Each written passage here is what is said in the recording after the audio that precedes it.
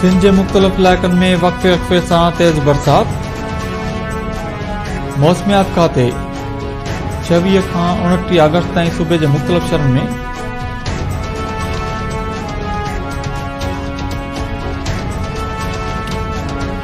वफ़ाक़ी हुकूमत 28 अगस्त ते पार्लियामेंट जो गडियल इजलास सॾाइण जो फ़ैसिलो करे वरितो। अहम कानून साज़ी जो इम्कान। सदर पारां 26 अगस्त ते सेनेट ऐं 27 अगस्त ते क़ौमी असेंबली जो इजलास भी तलब थियल। इतलात वारे वज़ीर अता तराड़ चयो आहे त पार्लियामेंट जे गडियल इजलास में का बि आईनी तरमीम न पई आंदी वञे, अदलिया बाबति का बि कानून साज़ी न पई कई वञे ऐं न ई वरी जजिस जे मुलाज़मत मुदे में बाद वारो मामलो फ़िलहाल गोरेठ आहे। सदर पारां तलब कयल इजलास मामूल जो हिस्सो आहिनि।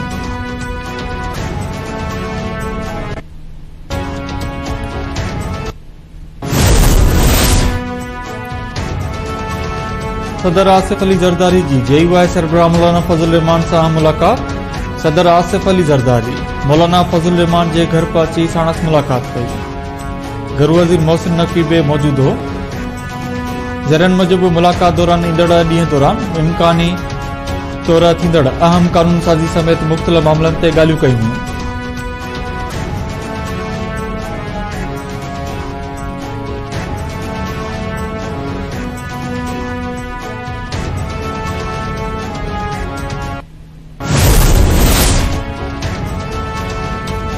ईरानी शहर यज़द में रोड हादसे दौरान फौत थियल सिंधवासी पांधेड़नि जी अबाणनि इलाइक़नि में जनाज़े नमाज़ बाद आल नखनि सां तूफ़ीन।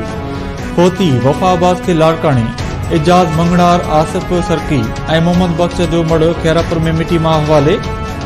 हिक ई खानदान जे ॿिनि नौजवाननि मोहसिन जूनेजो ऐं आफ़ाक़ जे मड़नि जी तदफ़ीन नव ज़ीरो भरिसां ॻोठ कुबड़ो में कई वई।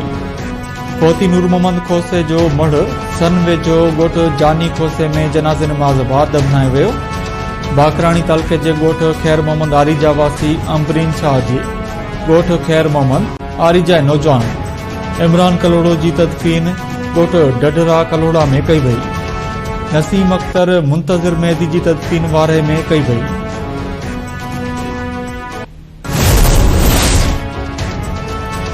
सिंध के मुख्तलिफ इलाक़नि में तेज़ बरसात। मौसमियात खाते 26 खां 29 अगस्त ताईं सूबे के मुख्तलिफ शहरनि में तूफ़ानी बरसात की अॻकथी करे छॾी। मिठी मीरपुर खास सांगड़ मीरबाग गोरचाणी सामारो कुंडरी निंदो ऐं जाम साहब में तेज़ बरसात। हैदराबाद टंडोलार झंडोमरी ऐं चंबड़ में भी वसकारो। मौसमियात खाते 26 अगस्त खां 29 अगस्त ताईं तूफ़ानी बरसातुनि जी अॻकथी कंदे चयो आहे त कराची में कुछ हंधनि ते घणी बरसात पइजी सघे थी। मुहाणनि खे उन समुंड में न वञण जी भी सलाह।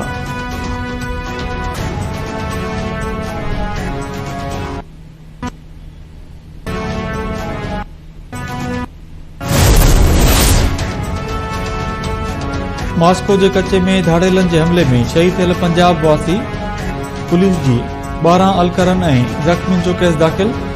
बदनाम धाड़ेल सनूसर तनवीर इंदड़ ऐं ज़बरू पोस्ट समेत 131 ॾुआरी नामज़द धाड़ेलनि अगवा कयल पुलिस एहलकार मथां वाशियाणी तशदुद जी वीडियोज़ भी वायरल करे छॾी। वज़ीर आला पंजाब मरियम नवाज़ रहीम यार खान पहुची ज़ख़्मी एहलकारनि जी इयादत कई। शहीदनि के वारसनि सां भी मुलाकात। शहीदनि के वारसनि खे नौकरियूं ऐं ॿारनि खे मुफ़्त तालीम ॾियण जो ऐलान। मरियम नवाज़ चयो आहे त एहलकारनि जा क़ातिल बची न सघंदा।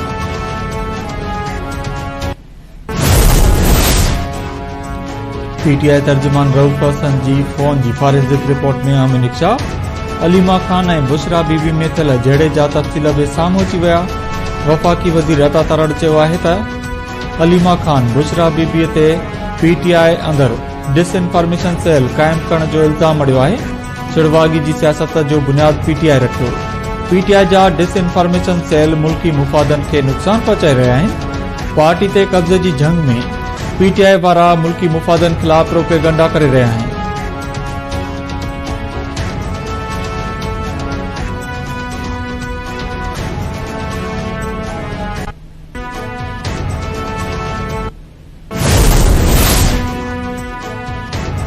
अडियाला जेल में बानी PTI जो तिबी मुआयनो। शौकत खानम अस्पताल के डॉक्टर जेल अंदर बानी PTI जो तिबी मुआयनो कयो। ज़रन मूजिब सरकारी डॉक्टर्स बानी PTI के दवा तजवीज़ कई हुई। संदस ज़ाती मालिक तजवीज़ कयल दवा इस्तेमाल करण खां रोके छॾियो हो। अदालती हुकुम ते PTI बानी जो तिबी मुआइनो कयो वियो।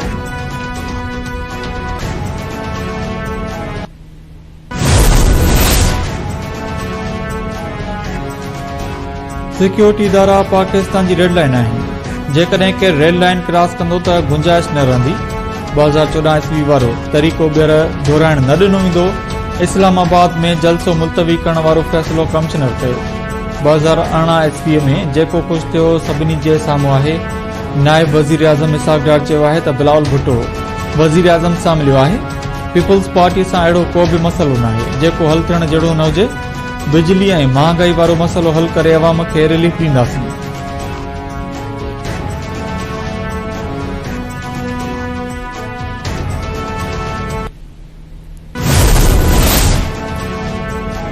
भारतीय वज़ीर आज़म नरेंद्र मोदी जो जहाज़ पाकिस्तान जी हदुनि अंदर 46 मिनट रहियो। सिविल एविएशन अथॉरिटी तस्दीक करे छॾी। नरेंद्र मोदी जो जहाज़ चित्राल भरिसां पाकिस्तान जी फ़िज़ाई हदुनि में दाख़िल थियो। भारतीय वज़ीर आज़म पोलैंड खां दिल्ली वञी रहियो हो। जहाज़ सुबुह जो 10:15 वॻे पाकिस्तानी हदुनि में दाख़िल थियो। 11:01 ते भारत में दाख़िल थियो। जहाज़ इस्लामाबाद ऐं लाहौर जे एयर कंट्रोल एरिया मां गुज़रियो जेको लाहौर खां थींदो अमृतसर में दाख़िल थियो।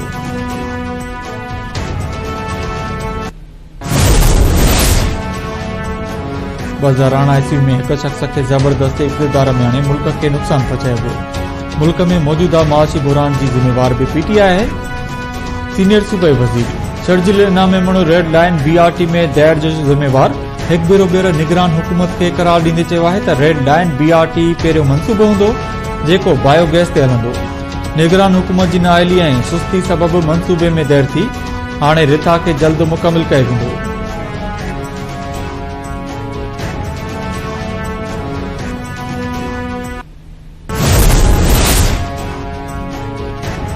कराची जे शहरनि वटि सिहत तालीम ऐं सफ़ाई जहिड़ियूं सहूलियतूं मौजूदु न आहिनि। शहर जूं इस्पतालूं ऐं तालीमी इदारा बि ख़ैरात ते हलनि पिया। कराची टैक्स बि ॾिए पियो ऐं ख़ैरात बि। उन बावजूदि शहर पाण ख़ैरात ते पलिजी रहियो आहे। वफ़ाक़ी वज़ीर ख़ालिद मक़बूल सिद्दीकी जो कराची में ख़िताब। संदसि चवणो हो त वफ़ाक़ी हुकूमत बिजली क़ीमतुनि वारे मामले ते किरदार अदा करे मौजूदा हालतुनि में मुल्क न हली सघंदो। निज़ाम ठीकु करणो पवंदो। तब्दीलीअ लाइ तालीम ई सभ खां वधीक मज़बूत हथियार आहे।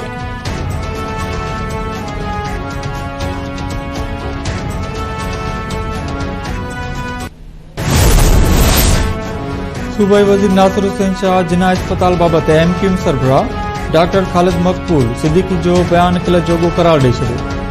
नासिर हुसैन शाह चयो आहे त MQM खे सम्झणु घुर्जे त कराची जी ठेकेदारी हाणे बटन नाहे रही नई अवाम खे पसंदि करे थो। कराची जे वापारियुनि खां चंदो MQM वारनि वरितो खेसि यादि रखणु घुर्जे।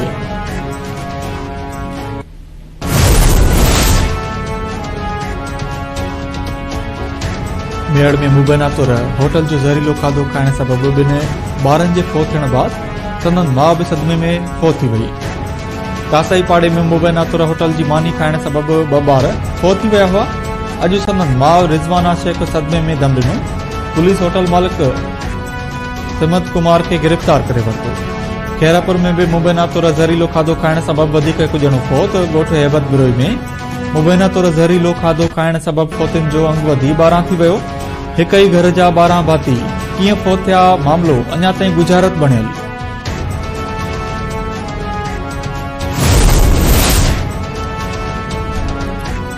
खैरापुर में कार मां टिकटाकर नारी सीमा खास के लिए शुगर मिल मुलाजिम नौजवान जफर हाजानो जा लाश मामलो गुजारत बणियल। पोस्टमार्टम बाद ॿिन्ही जा लाश वारसन हले। पोस्टमार्टम कंदड़ डॉक्टर अबू तालिब जो चवणु आहे त 2 लाश 3 ॾींहं पुराणा हुआ। लाश सुजी वञण ऐं ॻरण सबबि जिस्म ते तशदद जा निशान ज़ाहिर न थिया आहिनि। ॿिन्ही लाशनि जा जुज़ा वरिता आहिनि। हतमी पोस्टमार्टम में मौत जे कारण बाबति पतो पवंदो। मक़तूला नारी जे वालिदैन जो चवणु आहे त सीमा जी पनो आकिल वासी यासीन डर सां शादी थियल हुई जंहिंखे कुझु अर्सो अॻु तलाक ॾिनी हुई। हाणे सीमा ऐं ज़फर हाजानो परणो करणु पिए चयो। कुझु ॾींहनि बाद निकाह थियण वारो हो। सीमा ज़फर सां गॾु ख़रीदारी लाइ वई हुई। अॼु ॿिन्ही जा लाश मिलिया।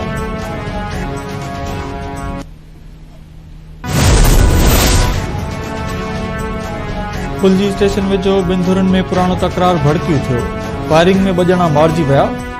पाट शरीफ में बिरहमाणी ऐं चांडिया बिरादरी जी ॿिनि धुरनि में झेड़े दौरान गोलियूं लॻण सबबि खान मोहम्मद बिरहमाणी ऐं आबिद बिरहमाणी मौके ते दम ॾेई छॾियो। रते देरे में पुराणे तकरार तां 1 ॼणो क़तल, 1 वाटाड़ू ज़ख़्मी। डाक तालाब पाड़े में हथियारबंदनि जी फायरिंग में अब्दुल रऊफ़ बोज़दार ऐं मंज़ूर चांडियो सख़्त ज़ख़्मी थी पिया, जिन खे लाड़काणे अस्पताल मुंतक़िल कयो वियो, जिते अब्दुल रऊफ़ बोज़दार दम ॾेई छॾियो। कोटड़ी वासी 4 नौजवान पुरसरार तौर गुम वारसन कोटड़ी थाणे ते रिपोर्ट दाख़िल कराए छॾी। वारसन मूजिब 4 दोस्त एहसान जतोई, बाकिर जतोई, हसाम लगारी ऐं सुमेर आखवंद गुज़िरियल राति कोटड़ी खां हैदराबाद वेंदे गुम थी विया। संदन मोबाइल नंबर बि बंदि आहिनि। ॻोल्हा बावजूद को बि ॾस पतो नाहे पइजी सघियो। नौजवाननि जी ॻोल्हा में मदद कई वञे।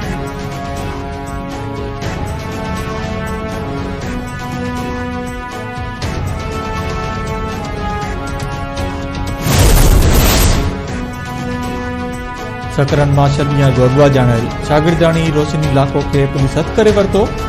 असगर कॉलोनी वासण शागिर्दाणी जी अमर जी फरियाद ते सलीम लाखो, वज़ीर लाखो, मोहम्मद लाखो ऐं मुश्ताक लाखो समेत 5 ॼणनि खिलाफ़ सकरन थाणे ते अगवा जो केस दाख़िल करायो वियो हो। पुलिस जो चवणु आहे त नीगरी खे अदालत में पेश कयो वेंदो।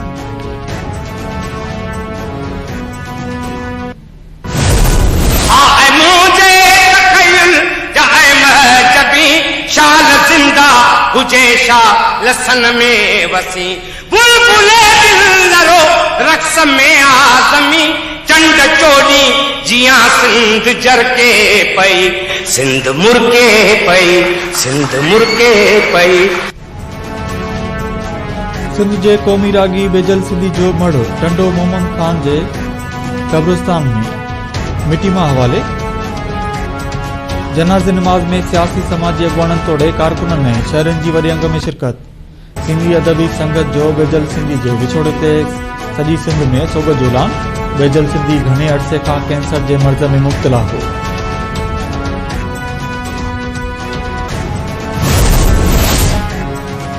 इसराइल फौज जी जारहत बंद न थी। गज़ा ते हमलनि जे नतीजे में वधीक 40 फ़लस्तीनी शहीद।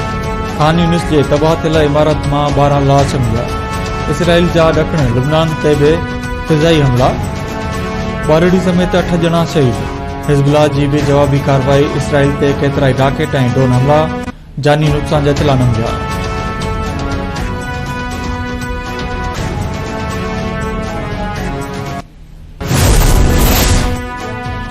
बांग्लादेश में बोड़ तबाही मचाए छॾी। 45 लख खां वधीक मुतासिर। 15 ॼणनि जे फौत थियण जी तस्दीक। 45,000 शहरी बेघर थी विया। चिटागांग जे ढाका सां राब्तो काटा। बांग्लादेश बोर्ड जो ज़िम्मेवार भारत खे करार ॾेई छॾियो। बांग्लादेशी अख़्तियारनि जो चवणु आहे त भारत अॻुवाट इतला ॾियण खां सवाइ डैम खोले छॾी गैर इंसानी अमल कयो।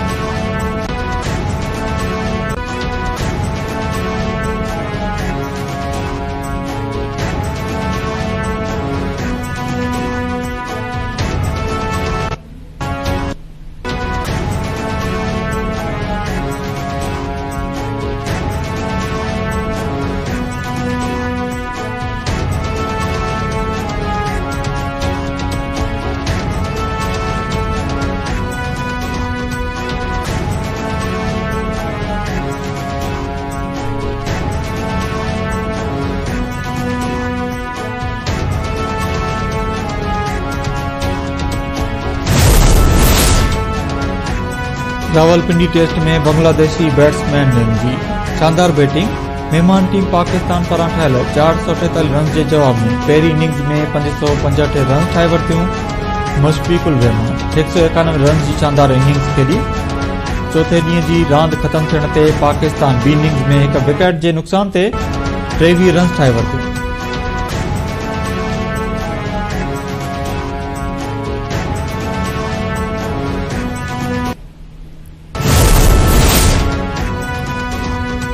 क़ौमी क्रिकेटर शाहिन शाह अफरीदीअ खे पुट जो औलाद शाहिद अफरीदी नानो बणिजी वियो। शाहिद आफिदी जी ज़ाल इंशा आफिदी कराची में ॿार खे जनम ॾिनो। शाहिनशाह आफिदी सुभाणे टेस्ट मैच ख़त्म थियण ते कराची रवानो थींदो। बांग्लादेश खिलाफ़ मैच में विकेट वठण ते शाहिनशाह आफिदी जो ॿार खे लोडो ॾियण वारो अंदाज़ो बि सोशल मीडिया ते वायरल।